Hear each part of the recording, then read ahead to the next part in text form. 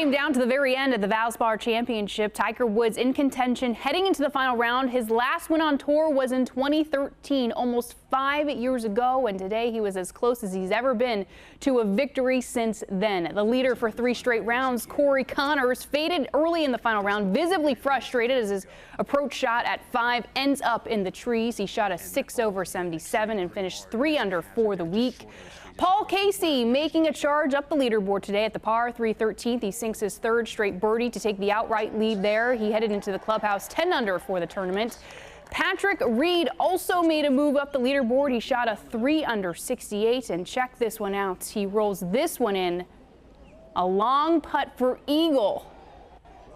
Gets it. 2 shots behind Casey at this point. Tiger Woods, he is going to sink this long birdie putt himself at 17 to put him within 1 shot of Paul Casey.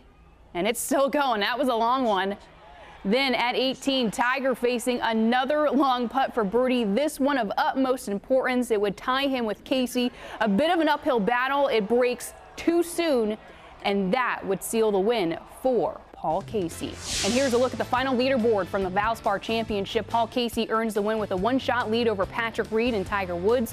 Sergio Garcia finished the week 8 under par. Rory Sabatini and Justin Rose were both 7 under for the tournament. And here's Tiger now after what he said was a good week for himself.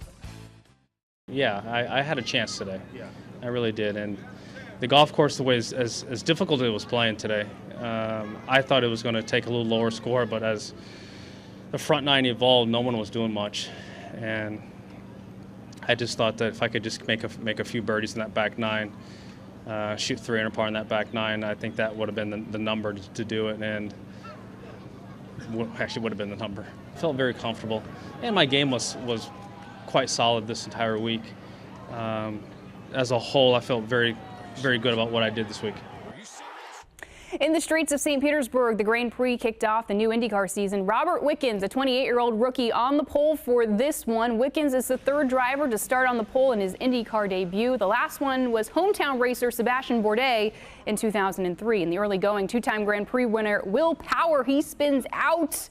Wickens was out in front for the majority of the race, at least until the final laps. With 3 to go, Alexander Rossi comes into contact with Wickens here. It causes him to spin out, and that is when Sebastian Bourdais is able to slip past them both, and he would go on to win his 2nd straight Grand Prix of St. Petersburg.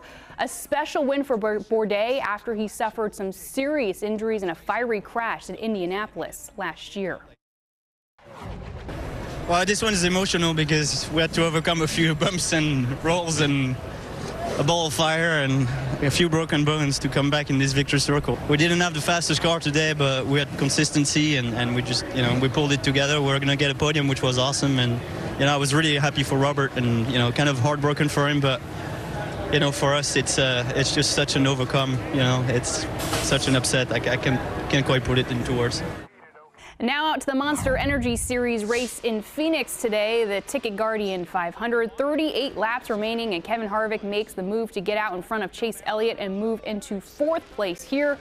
Later, with 23 laps to go, Ryan Newman makes a decision to head to pit row, and that is where Harvick takes the lead. He takes it all the way to the checkered flag. Harvick wins his 3rd straight race of the season. Well, the selections are in, and it is time to go dancing. Florida, Florida State, and Miami all receive bids to the NCAA tournament. Those games will begin later this week. The Gators return to the big dance for the 2nd straight season. Florida earned a 6th seed and will head to Dallas for their opening game. The Gators will face the winner of the play-in game between St. Bonaventure and UCLA on Thursday, just before 10 p.m. That is when tip-off is. Head coach Mike White is the first Florida coach to earn a bid to the NCAA tournament in 2 of his first 3 seasons. The Seminoles also dancing for a 2nd straight year.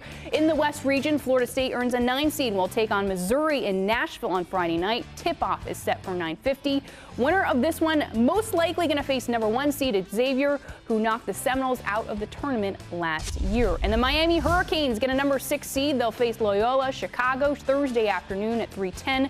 The Canes are making their 3rd straight appearance in the tournament, and they'll play without star guard Bruce Brown Jr., who's out for the remainder of the season with a broken foot. To baseball now, Rays hosting the Twins. First inning with a 1-0 lead. C.J. Crone smacks it into left center for the RBI double, sends Carlos Gomez across the plate. 2-0 Rays at this point to the second inning now. Bases juiced for Miguel Sano. Drops it into left field, and that's going to drive in a couple of runs. Twins take the lead 5-3, go on to win 6-5. Rays have the day off tomorrow. The Rays also sent several players down to minor league camp, including Tampa Bay's own Christian Arroyo, who came to the Rays in the Evan Longoria trade. Haley?